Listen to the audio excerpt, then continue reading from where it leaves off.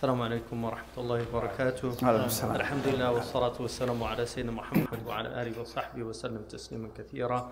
Everything begins with ideas, just something, people have something in mind.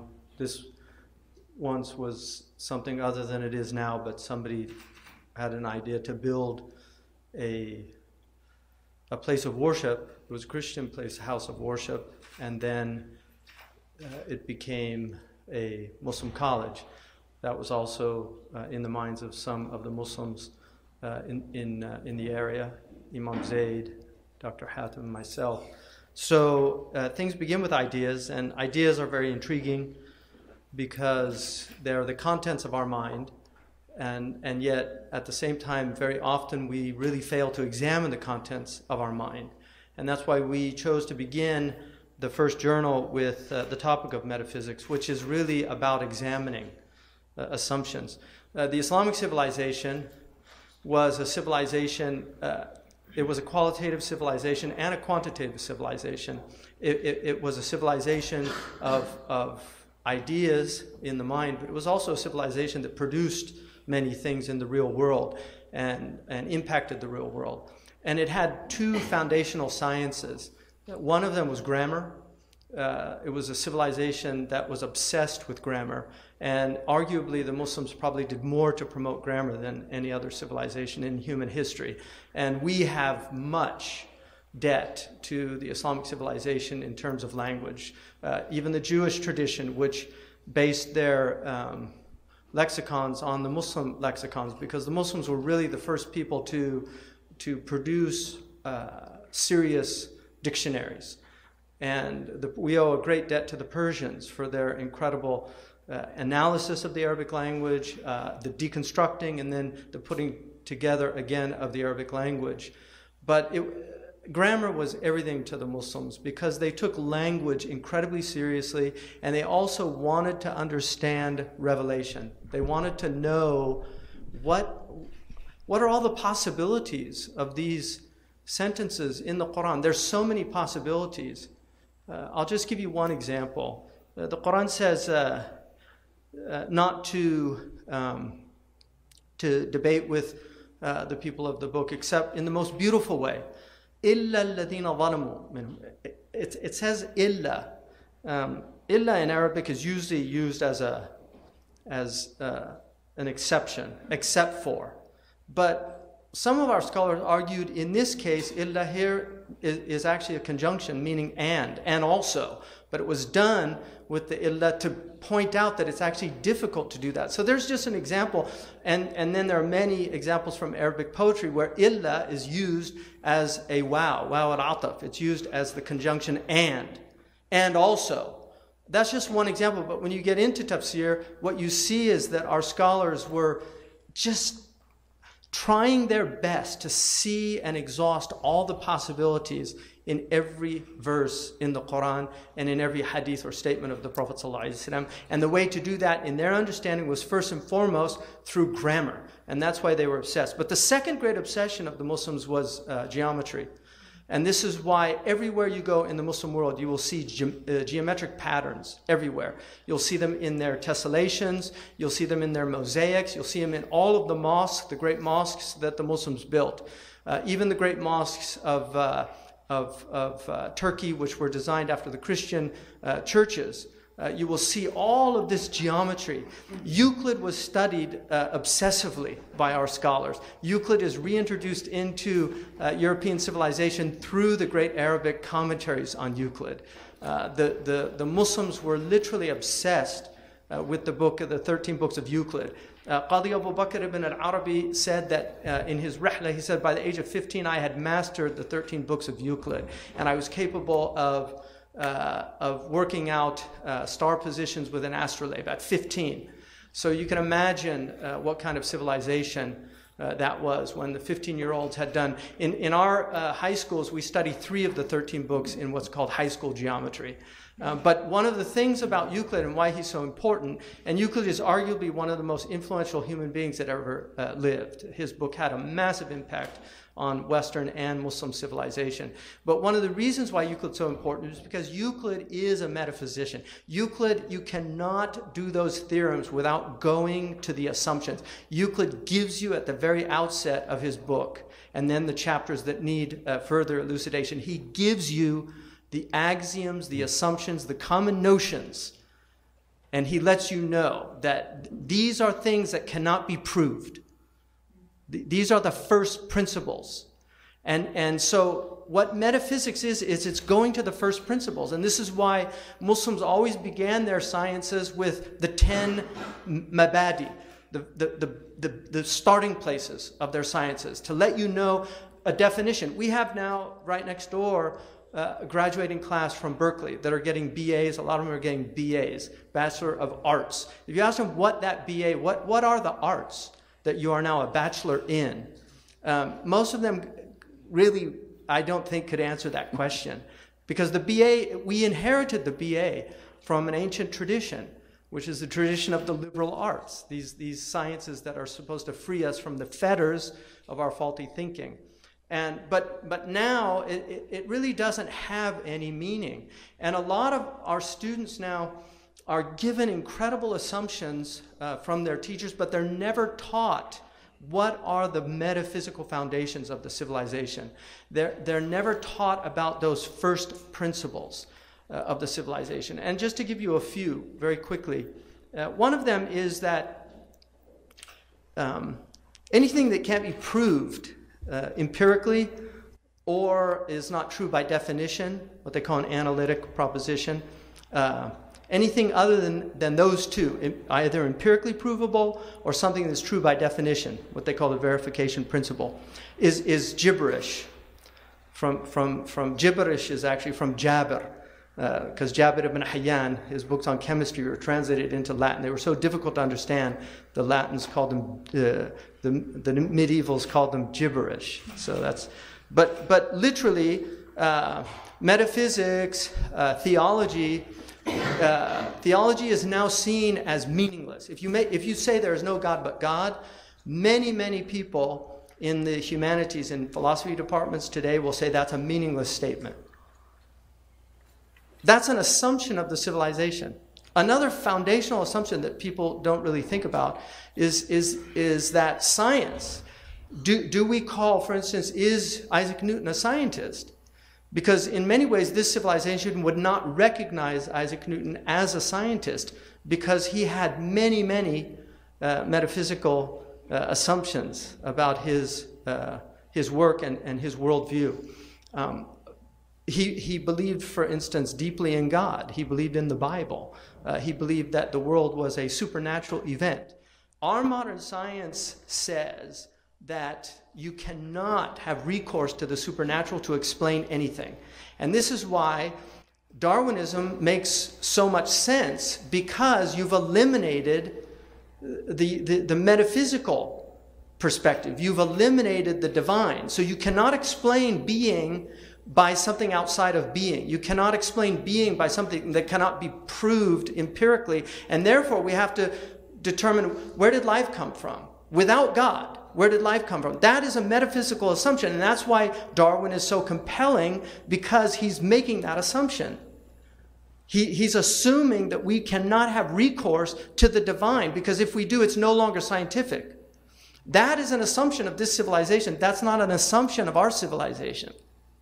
So these are really important distinctions that are often not made. Another one is the idea, for instance, that belief is irrational. Or belief, people say, belief, why should I have faith in something? Because faith is believing without evidence. This is a very common trope in modern culture. You'll hear it from all what they call the new atheists, people like Sam Harris, who will literally say, faith is belief without evidence. That has never been true for the Abrahamic tradition. One of the most important aspects of the Abrahamic traditions was to ground their faith in reason. And they gave you cannot study, if you take a survey course on religion, like the philosophy of religion, they'll do St. Thomas Aquinas, his 5 proofs for the existence of God. And they give them in very superficial, these truncated versions, reductive. You have to spend a great deal of time to understand what Aquinas, and 3 out of the 5 he got from the Muslims. But you have to work very hard to understand why he came to those conclusions. The Summa is a summary of those. He has an entire metaphysical approach to those 5 proofs for the existence of God, which used to take about 15 years before you could actually study those and really understand those proofs. Now they're taught in a philosophy course on religion as if, well, here it is. Here's their proofs for the existence of God. No, those aren't the proofs. Those are the conclusions of the proofs. And the same is true for the Kalam cosmological argument that the Muslims embedded their worldview in. The Kalam cosmological argument takes a good deal of time to understand. It can't be understood simplistically. So our civilization, it's not my contention.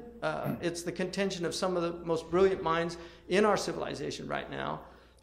One of them is Sayyid Naqib al-Attas, who is a true metaphysician, who really believes that the root of our crisis is a metaphysical crisis.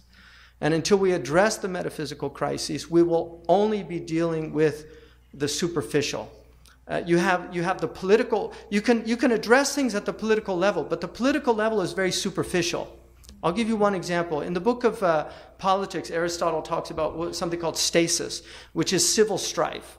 And he has theories for stasis, why civil strife emerges. He gives the efficient cause, the material cause. He gives the final cause. He doesn't deal with the formal cause of stasis. And the formal cause in Aristotle's approach, his metaphysical approach to understanding things, is always the most important cause.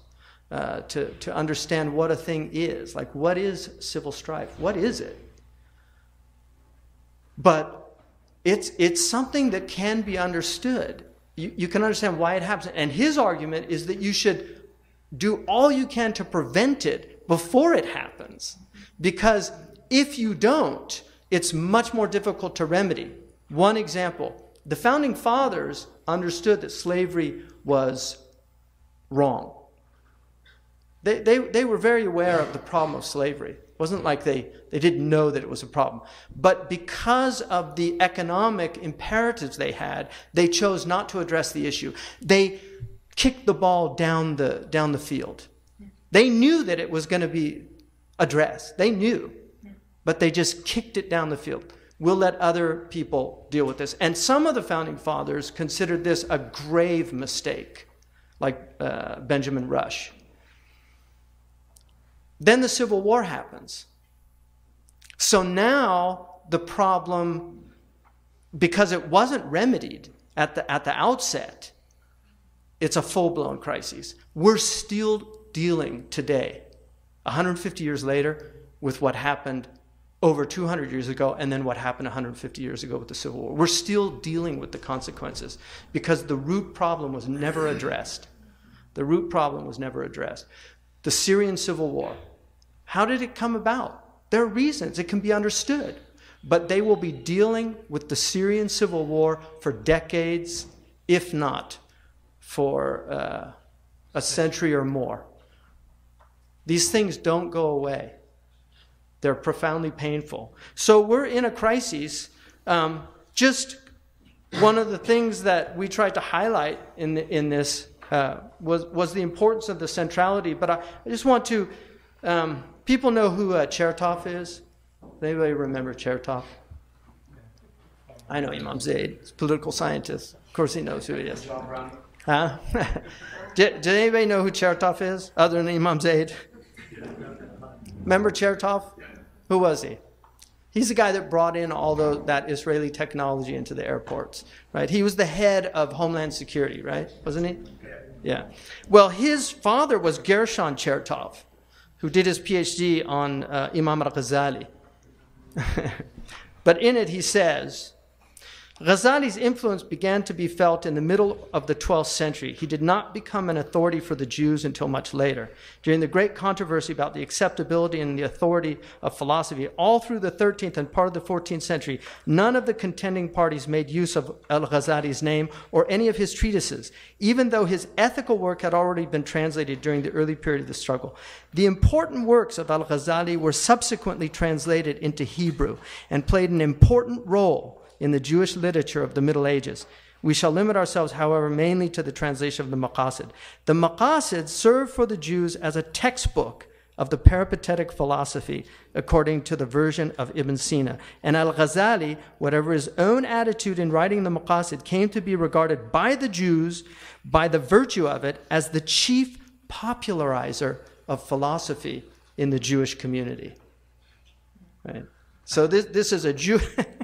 This is a Jewish man who got his PhD from Columbia University on Ghazali's influence on the Jewish community based on his philosophy. One of the Ghazali wrote the Maqasid. It's basically based on one of the books of Ibn Sina. He took a book of Ibn Sina and he basically wrote Philosophy for Dummies. Literally, if it was published today, it would be called Philosophy for Dummies. And the scholars actually censured Imam al-Ghazali for doing it because they said he made philosophy accessible to a much larger audience, because Ibn Sina is very abstruse, he's difficult to understand, whereas Ghazali was very clear in his exposition. And so they argued that he's done a grave disservice by writing this book. But what al-Ghazali did, he wrote Maqasid al-Falasifa, which is the aims or the intentions of the philosophers, and he was neutral. He just presented peripatetic philosophy, this is what they say, and all the peripatetics looked at it and said, you've done a marvelous job. Once they said that, okay, in other words, I understand your philosophy. Absolutely, it's a remarkable work of incredible clarity. You've made very difficult thought easy to understand. Then he wrote Tahafut al-Falasifa, the incoherence of the philosophers. Now we have imams that have no training in microbiology, and they write books on why evolution is not true. Right? Write a book on evolutionary biology that's recognized by evolutionary, and then follow that up with why you don't think. This is part of the problem with our civilization. It's become a very simplistic civilization. Its approach to problems is very simplistic. And this is not to say that everybody should become a metaphysician. On the contrary, there's not a lot of people that can actually do the work. It's difficult work. But if you don't have those people, then you have a major problem, because you lose the intellectual defenders of your faith. You lose the intellectual defender. And then the defense becomes either fanaticism or, even worse, violence, because fanaticism often leads to violence. When you have defenders of the faith, intellectuals, the other thing that you lose is you lose the intelligent members of your community, because they have questions and they don't find answers for those questions. The world is a very troubling place, and if you don't think so, I don't know what planet you're on. But the world is a very troubling place. And to try to understand what the world is, what our place in the world is, to try to understand these things is very difficult. And for some people that are blessed with pure faith, a very simple faith, what Imam al-Razi called Imam al-Ajaiz, the faith of old women. You know, there's a famous story where he was walking with a lot of his students, dozens of them, and an old woman asked one of the students who was the man, and she, don't you know that's Fakhruddin al-Razi? He has 70 proofs for the existence of God. And she said, why would he need 70 proofs? He must have 70 doubts. And when Razi heard that, he said, you should have the faith of old women. You know, that's real faith. And so it's very beautiful, the faith of old women. That's a beautiful faith. You know, we called them, I grew up in the Orthodox Church, the yayas. You know, they were always in the black, and they were always the first ones at church, the last ones to leave. The men usually sat outside smoking cigarettes, waiting for the mass to get over. But those women, and they've kept Islam alive. You know, people like Sayyid Mubin's mother in our region, who's taught so many children the Fatiha. You know, these women that have this incredible, remarkable faith, a deeply rooted faith. But that faith, believe it or not, can easily be lost. Not with that generation, but with the generation that comes from that generation. Because that generation was a generation that grew up in a different time. And so we're losing those people. And that's why it's so important, because when we lose our intellectual foundations, then unfortunately the devotional foundations often follow. And finally, in conclusion, this book was really, it's called Aqidah Nasafiyya. This book was the book that was studied in the later Muslim colleges, and usually with a commentary by Sa'duddin al-Taftazani, one of the great intellectual giants of our tradition. And to give myself and the students some hope, he was actually considered very, very stupid when he was in the madrasa. And he had just an opening and suddenly became extraordinarily brilliant. And they attributed it to his sincerity. But and that's why we don't really believe in IQ tests, and we don't believe in, even now we know that these things are plastic, that the brain's plastic. We believe in Al-Fattah. Is one of the names of God, is the opener. That God can give you openings. He can open your heart. You know, literally a flowering of the heart can happen.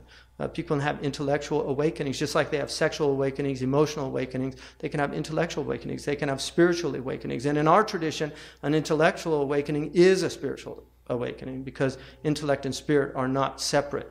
That the mind itself is immaterial. The mind is a spiritual phenomenon. That's why really what's happening right now is a spiritual experience. It's just we're veiled to it. But consciousness itself is a spirit. People always say, you know, I want to have a spiritual experience. You are having a spiritual experience. It's called being conscious. What you have to do is wake up to it. And that's why you're already there. You just have to realize that you're already there. But this book, which is a truncated summary of a vast metaphysical tradition. And at the later period, they were no longer studying that tradition. They were studying the fruits of that tradition. And that's why so many of our scholars that have studied don't really grasp the underlying foundations of this, because they did not get the tools to do that. And it's one of the major problems. And everything comes out of that. In other words, the metaphysical foundation of your tradition is going to inform your ethics, your economics, and your politics. Muslims never produced a Machiavelli. All of our political literature is ethical. We never produced a Machiavelli. Muslims no longer have serious ethical philosophers, and so we're in crises there, which is why you can have scholars defending suicide bombing, because they don't understand the implications of what suicide bombing actually means, right? What it means ethically, morally, the idea of opening the door of suicide, one of the gravest sins, a sin against the gift of life, opening up the door of suicide to depressed people, to people that just want to check out of the planet. There's a lot of them around. Some of them, the only thing that's keeping them here is their faith. So you open up the door within the faith, and suddenly, who wants to hang around here? Right? Anyway, we're happy to see Dr. Mahan back in the corridors, and thank Sister Marianne Farina, who's been such an incredible support. I truly believe that for us as a Muslim community, if we're going to have a future in this country, it has to be with a serious alliance with the other religious communities in this country, which includes the Catholic community. It's probably the closest community to us in terms of just tradition and a lot of our values. With the evangelical community that finds Islam a demonic religion, an odious religion. I was in Abu Dhabi, and we had an event with 10 evangelical rabbis, 10 rabbis, 10 evangelical ministers, and 10 imams. And the evangelical ministers, it was just amazing, the breakthroughs that they had. They spent 3 days in workshops. There was no lectures. It was sitting down. They were honest with each other, what you feel about our religion. The Jews, the Muslims, and the Christians sat down and had a conversation. And the outcome was really life transforming for the people that were involved in it, including myself. And so it can happen, convivencia, the idea of conviviality, of living together. This has happened in the past. It's happened within the Christian community, it's happened within the Muslim community, and it's happened within the Jewish community. All three of us have lived together. The Muslims have lived with Hindus, they've lived with Buddhists, they've lived with Zoroastrians, they've lived with Catholics, Orthodox, and all of the other iterations of Christianity. And it's a checkered history, undeniably. There's good and bad in it on all sides because we're human. But there are really beautiful, bright spots. And that's what we need to look at and try to make that real here. Thank you.